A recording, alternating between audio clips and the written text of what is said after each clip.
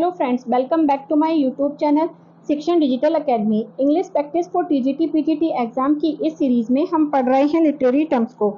आज की जो हमारी पहली लिटरेरी टर्म है वो है कैकोफोनी। कैकोफोनी क्या होती है, इसे जानने के लिए सबसे पहले हम देखेंगे इसकी डेफिनेशन को।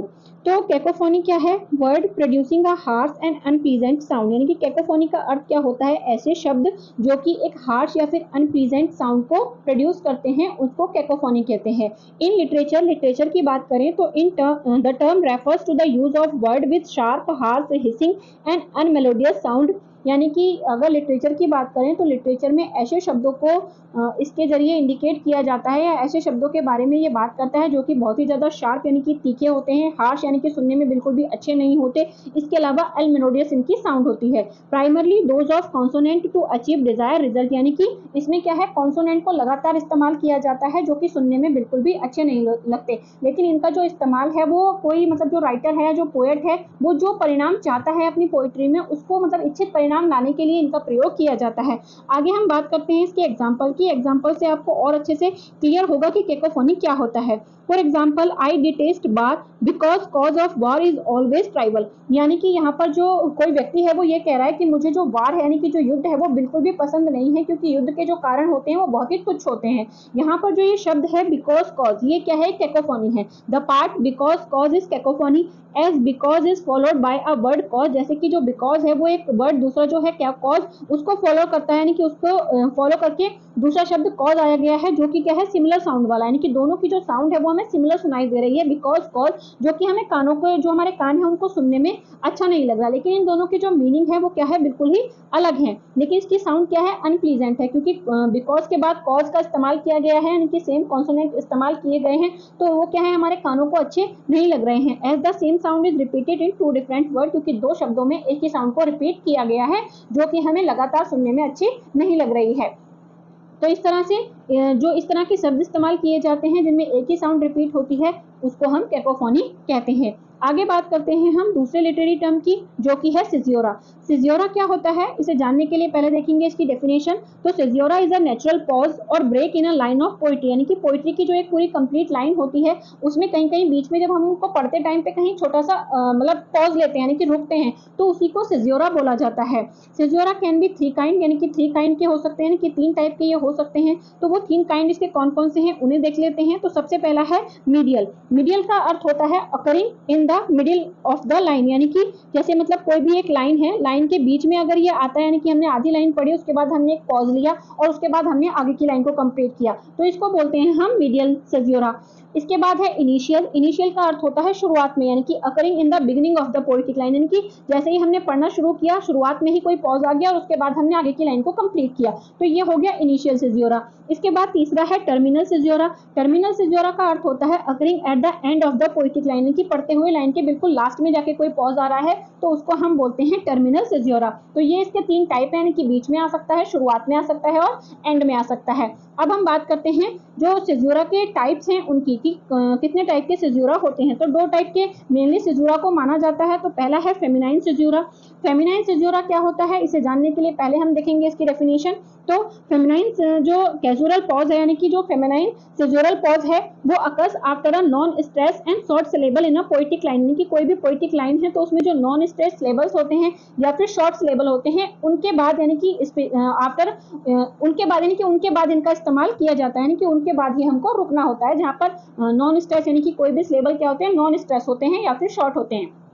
उनके बाद पोएटिक लाइन में जो पॉज आता है उसे फेमिनाइन सिजियोरा कहते हैं। फॉर एग्जाम्पल की बात करें तो I hear lake water lapping with low sound by the shore, यानी कि जब हमने आधी लाइन पढ़ी लैपिंग तक, उसके बाद हमने यहाँ पे एक छोटा सा पॉज लिया और उसके बाद हमने आगे की लाइन को कंप्लीट किया, तो ये जो सिजियोरा है यहाँ पर हमने छोटा सा ब्रेक लिया, यानी कि बहुत थोड़ी सी देर के लिए हम क्या हुए, यहाँ पर रुके, तो ये क्या है, फेमिनाइन सिजियोरा, यानी कि बहुत कम देर के लिए रुकना। इसी तरह से आगे बात करेंगे तो आगे है masculine सिजियोरा।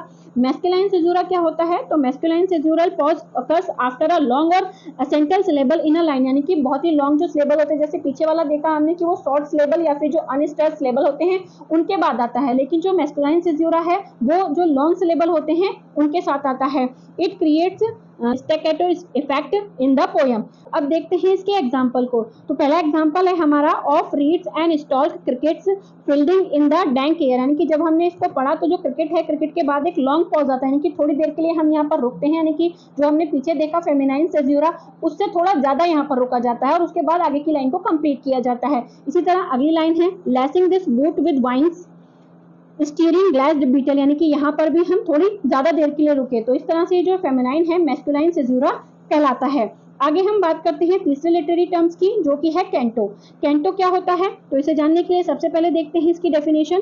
Canto is a subdivision or part in a narrative or epic poem consisting of 5 or more line such a stanza which could also be a canto. मतलब कैंटो क्या होता है, कोई भी एक बहुत लंबी पोयम है तो उसको बीच बीच में से जो उसके पार्ट्स बनाए जाते हैं उनको कैंटो कहा जाता है। इसमें 5 लाइन हो सकती हैं या 5 से ज्यादा भी लाइन हो सकती हैं, जिनको नॉर्मली हम स्टैंजा भी कह सकते हैं, यानी कि जो स्टैंजा होता है वो भी कैंटो ही कहा जाता है।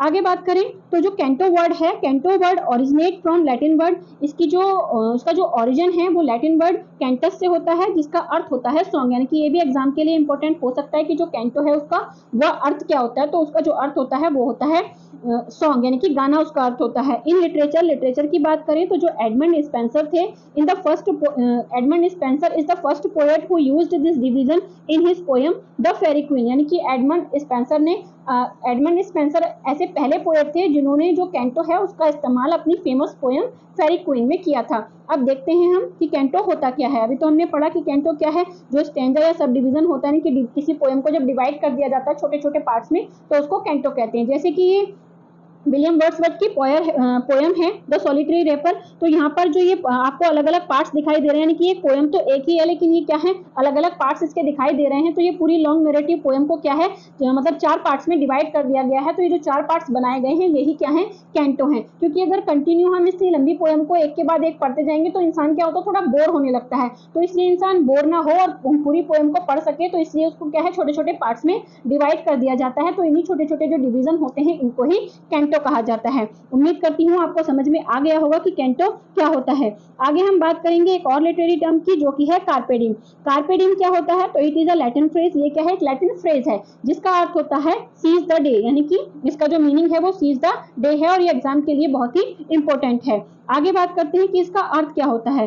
तो the speaker in a carpe DM poem, यानी कि कोई भी अगर कार्पे डिएम पोएम होती है तो उसमें जो स्पीकर यानी कि जो उस पोएम को कहने वाला पोएट है वो क्या एम्फेसाइज करता है कि किस चीज पर जोर देता है कि लाइफ इज शॉर्ट, यानी कि लाइफ क्या है, जो जीवन है हमारा वो बहुत ही छोटा है।